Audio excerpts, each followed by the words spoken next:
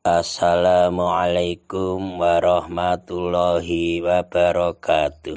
Selamat berbahagia jamaah ngaji tafsir Al-Quran dengan referensi kitab tafsir Al-Ibris Mu'alid Mbah Kyai Haji Bisri Mustafa Rembang dengan sanad Mbah Kyai Haji Samsul Mu'in Khalid, pendiri dan pengasuh Pondok Pesantren Darul Amin, Jajak Banyuwangi, Jawa Timur.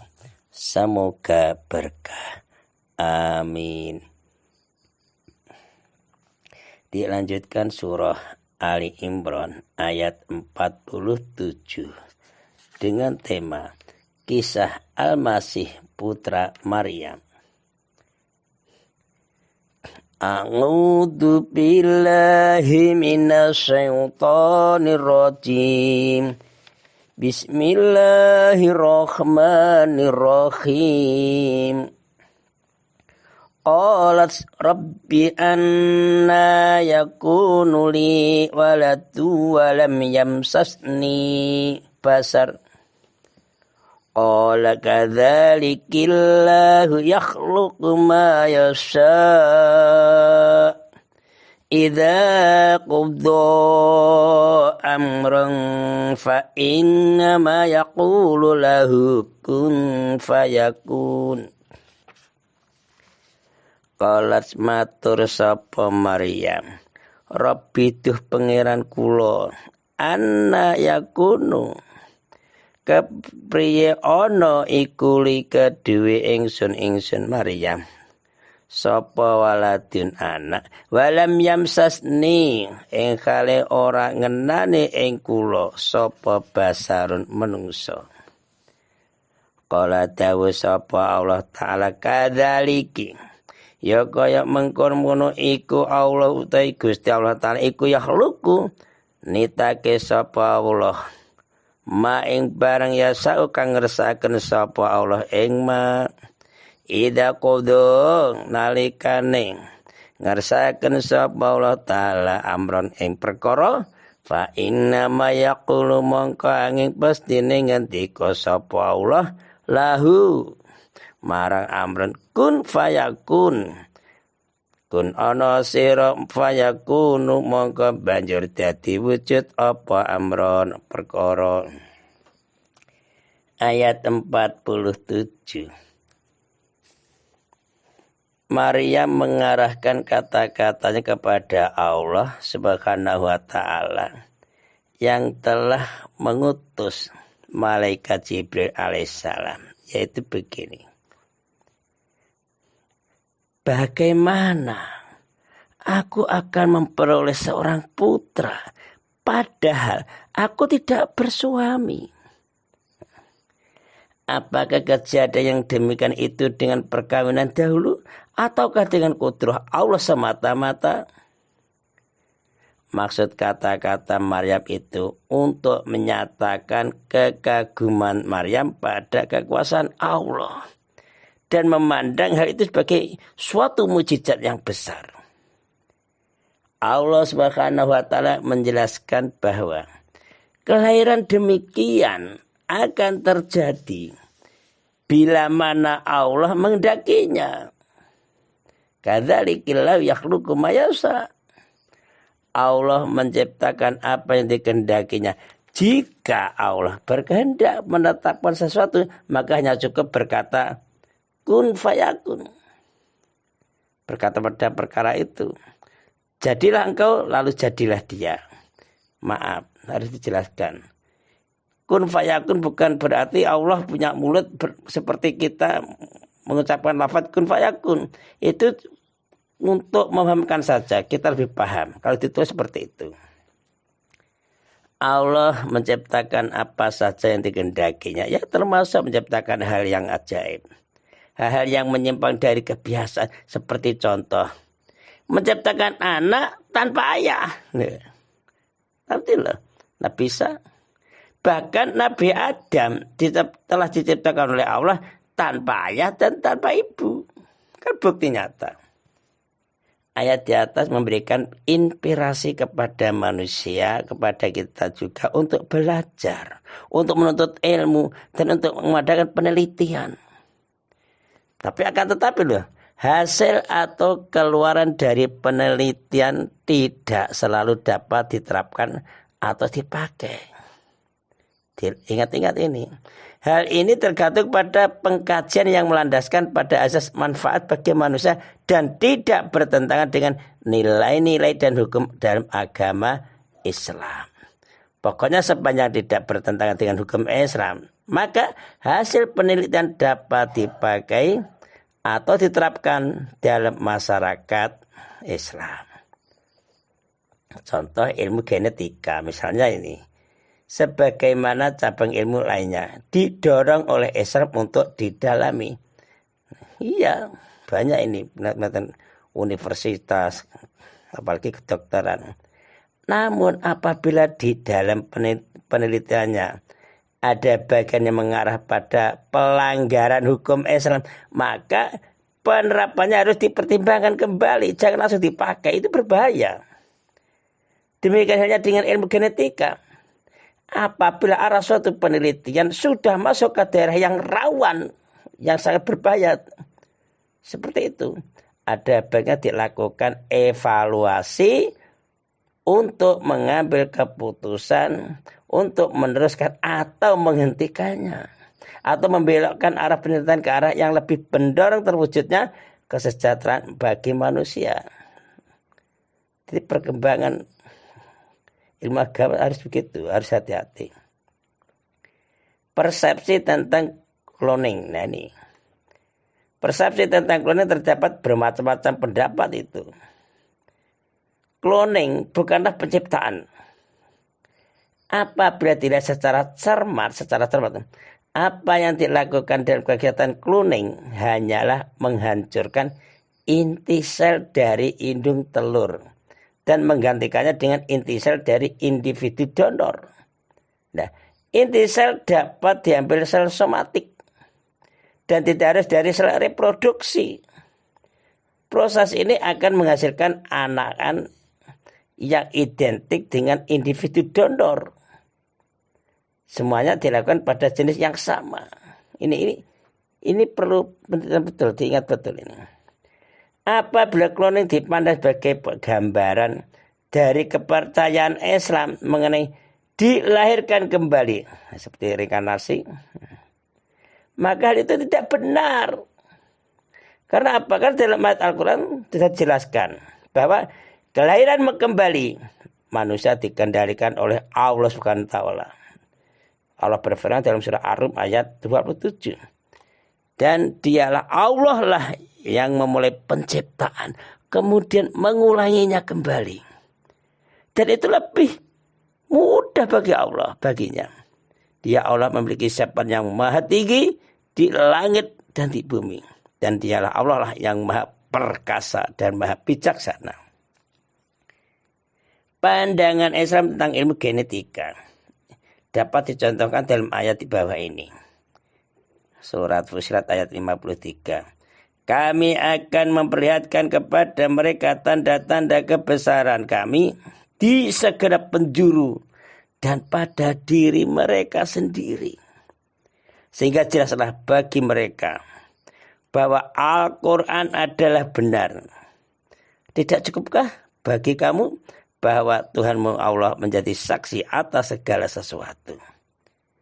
Ayat ini menjadi inspirasi manusia, juga kita, untuk berusaha membaca gennya sendiri. Nah, ini dalam rangka usaha kita, usaha manusia untuk mengenali dirinya sendiri dan bersyukur pada Allah SWT. Dengan membaca pemetaan genetika tadi, kita akan mengetahui mengenai antara yang perlu diketahui ada atau tidaknya penyakit turunan. Nah, dan demikian ilmu ini akan memberikan kontribusi atau kemanfaatan pada kesehatan manusia dalam usahanya mencegah timbulnya penyakit tertentu dan cara penanggulangannya, pencegahannya. Akan tetapi, apabila dalam perjalanan pengungkapan ilmu pengetahuan, kemudian kok bercabang kepada sesuatu yang cenderung merugikan manusia, maka agama Islam, agama kita akan menolaknya. Harus wajib. Kloning manusia misalnya, Islam dengan tegas menolak, ditolak itu. Alasannya, ya ini disebutkan beberapa alasan. Mengapa agama Islam menolak sistem kloning? 1. Manusia diciptakan Allah dalam bentuknya yang paling sempurna dan lebih tinggi dari makhluk lainnya. Jelas ini. Firman Allah surah Al-Isra ayat 70. Dan sungguh telah kami Allah muliakan anak cucu Adam. Dan kami Allah angkut mereka di darat dan di laut. Dan kami beri mereka rezeki dari yang baik. Dari yang baik-baik. Dan kami Allah lebihkan mereka atas banyak dari makhluk yang kami ciptakan dengan kelebihan yang sempurna. Kita harus mengakui loh. Dengan melakukan cloning pada dirinya sendiri, maka manusia sudah merendahkan dirinya sendiri di depan makhluk ciptaan Allah lainnya. Semuanya kembali terserah kepada diri kita sendiri. Ini kita diingatkan ini. 2. Cloning itu bertentangan dengan keanekaragaman ciptaan Allah. Betul tuh. Sebab apa? Allah menciptakan alam semesta dengan dasar keanekaragaman. Nah, sedangkan cloning itu loh, cloning manusia loh, itu hanya didasarkan pada keseragaman dengan cara menduplikasi, duplikat semua karakter dari manusia yang menjadi donor. Nih, dipahami. Keseragaman misalnya dalam rupa dan fisik. Itu kan akan sangat mengganggu kegiatan hidup sehari-hari. Contoh, kita sebagai bapak ibu guru yang mengajar di sekolah itu. Dalam satu kelas, semua muridnya adalah hasil cloning dari individu yang sama ini. Nah ini, dari individu yang sama. Apabila salah satu murid melakukan kesalahan atau kenakalan, kan sangat sulit untuk dibimbing bagi guru untuk mencari mana ya anak yang salah tadi. Karena apa? Karena rupa dan fisik semua murid persis sama loh. Kita sendiri jadi bapak ibu guru. Ada anak kembar. Itu saja mana yang si A atau yang B. Pakainya sama, tingginya sama, tasnya sama, duduknya berdampingan. Biasanya kan gitu kalau ingin berdampingan terus ya. Banyak sering terjadi di kelas. Sering menemui saya itu. Siapa ya? Bingung kayaknya. Tapi ya tahu kalau sudah biasa ketemu. Nomor 3, apabila cloning manusia diizinkan bagi agama Islam, bagaimana kita harus mengatur hubungan kekeluargaan, mengatur kekerabatan antara individu hasil cloning dengan individu donor. Mana ya hasil cloningnya dengan individu yang donor? Caranya fotokopi dan hasilnya mana?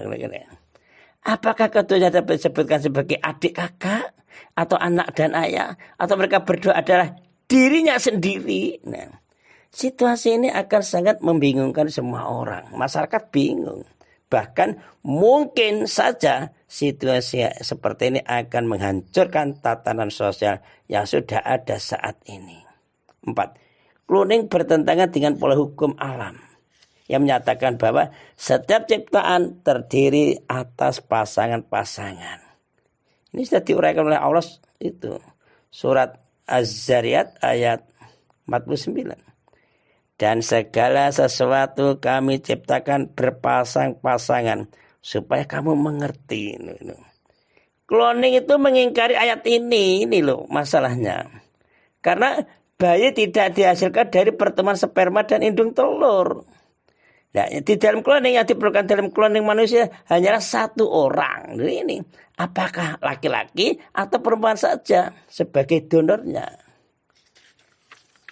Nah, terus diteliti betul.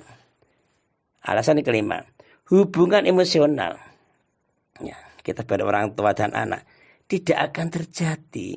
Sedangkan hubungan emosional antara anak dan ayah itu sangat penting di dalam membentuk karakter si anak.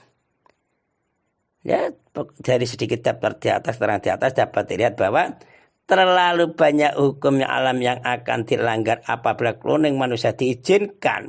Banyak masalah pelanggaran. Masih banyak ilmu pengetahuan lain yang perlu diungkapkan guna mendukung kesejahteraan berkehidupan manusia sehari-hari. Demikianlah penggambaran kudrat Allah, kekuasaan Allah, serta kepastian kehendak Allah. Gambaran tentang kecepatan terwujudnya apa yang dikehendaki oleh Allah tanpa batas waktu dan tanpa ada faktor penyebab. Allah sudah berfirman dalam surah Al-Qamar ayat 50. Dan perintah kami Allah hanyalah dengan satu perkataan seperti kejapan mata, sakedepan meripat. Apa yang diperintahkan pasti segera terjadi. Perintah seperti itu dinamai perintah takwin. Apa tadi? Perintah takwin. Orang-orang yang mengingkari ayat-ayat Allah tidak membenarkan Nabi Isa dilahirkan dengan tidak berayah. Karena apa? Karena pikiran mereka itu hanya terbatas kepada kejadian-kejadian yang biasa saja. Otak kerdil itu.